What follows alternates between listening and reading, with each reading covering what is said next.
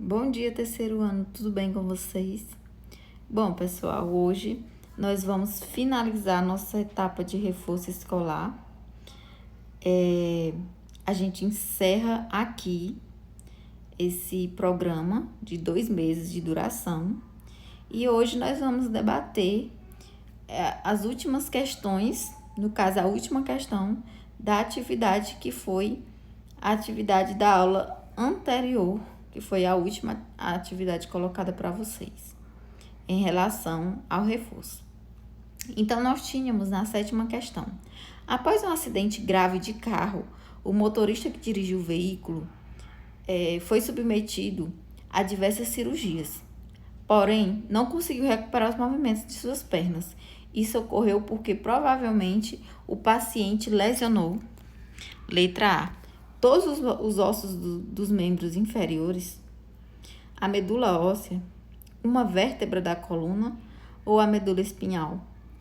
Tentem lembrar qual foi a alternativa que vocês colocaram na atividade de vocês. Então, vamos trazer esse slide, que foi um slide trabalhado no ano passado, falando sobre a medula espinhal, que é um conteúdo muito importante para vocês, que agora são vestibulandos, né? Aí vão ingressar, né, na etapa de Enem, esse final de ano. Então, pessoal, nós temos as lesões na medula espinhal.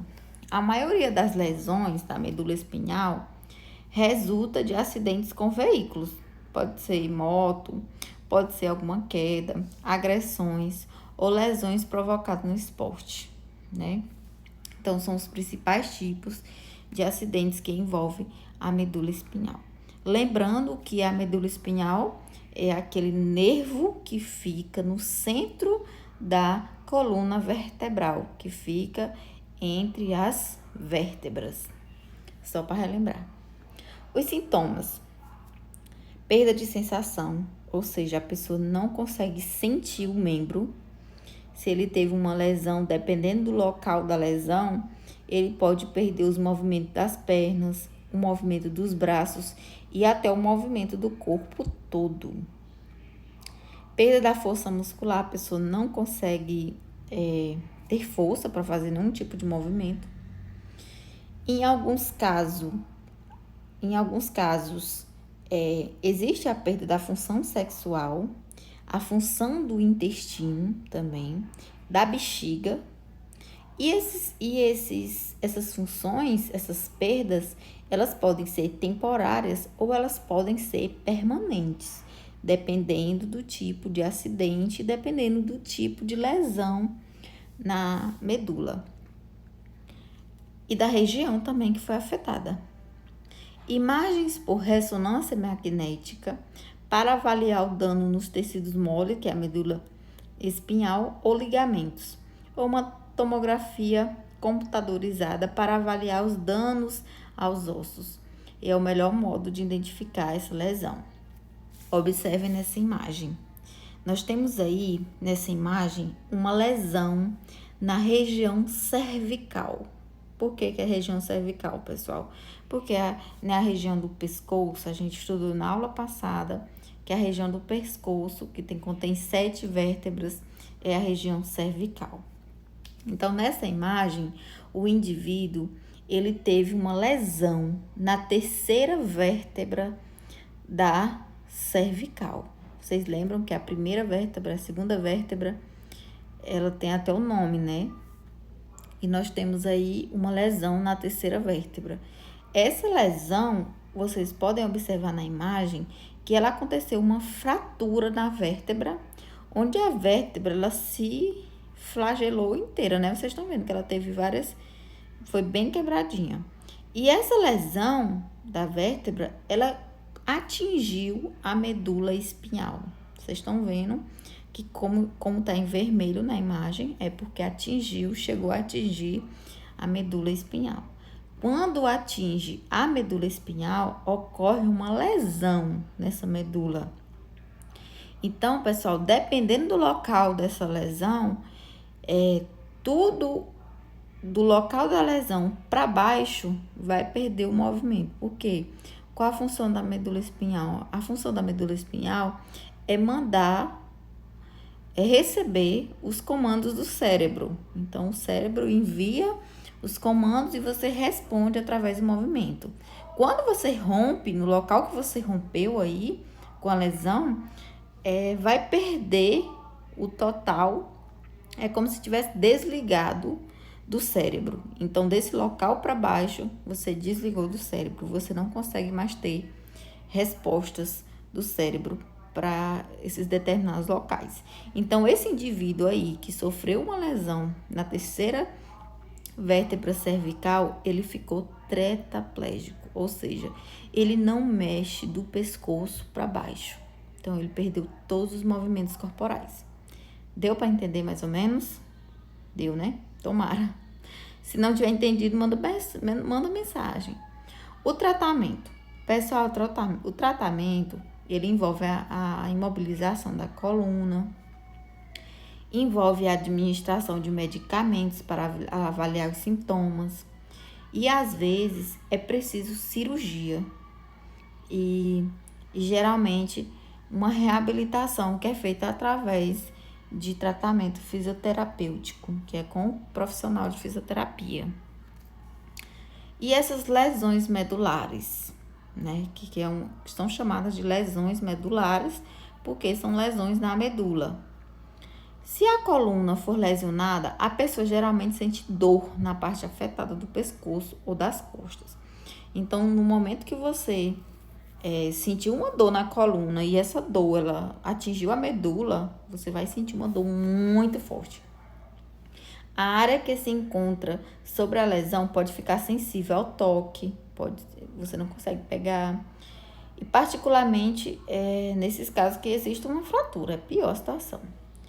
Caso você se depare com uma vítima de acidente, não faça movimentos, chame o socorro. Por quê? Às vezes o indivíduo ele sofreu um acidente e ele teve uma lesão na vértebra. E às vezes essa lesão não chegou a atingir a medula espinhal. Aí você vai e movimenta o indivíduo com força e atinge a medula, porque ela é muito sensível. Então você pode piorar a situação da pessoa que sofreu acidente. Então, no momento que você se depara com um acidente, não tente fazer movimentos com o indivíduo. Chame o socorro, que é o ideal. Se a medula espinhal for lesionada, os nervos que se encontram no local da lesão ou por baixo das mesmas sofrem uma disfunção, causando perda de controle muscular e perda de sensação, podendo haver uma plegia. Então, a plegia significa falta de movimentação. Então, se a pessoa sofre uma lesão, se essa lesão for grave, ela pode ter uma plegia.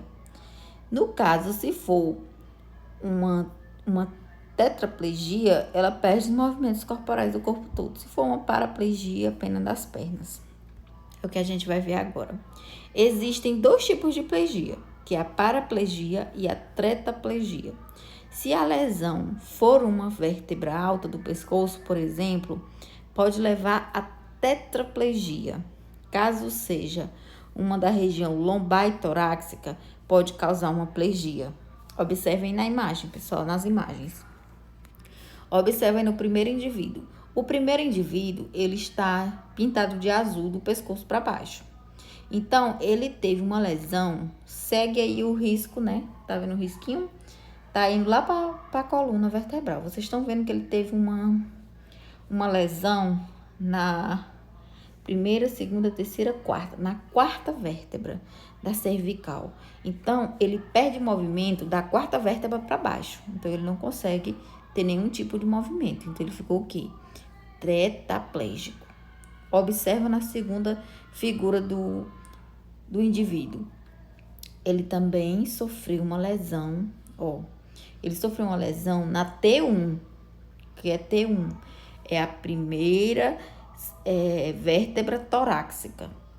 Quando ele sofreu essa lesão nessa vértebra, ela também, como ela fica próxima da região superior, o indivíduo também perde movimentos dos braços e das pernas. Então, ele também vai ter uma tetraplegia.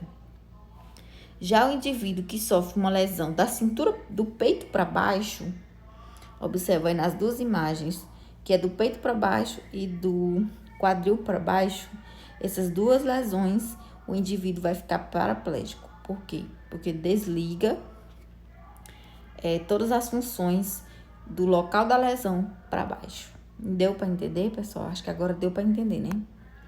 Então, voltando para a 7ª questão. Após um acidente grave de carro, o motorista que dirigiu o veículo foi submetido a diversas cirurgias, porém não conseguiu recuperar os movimentos de suas pernas. Isso ocorreu porque provavelmente o paciente lesionou a medula espinhal.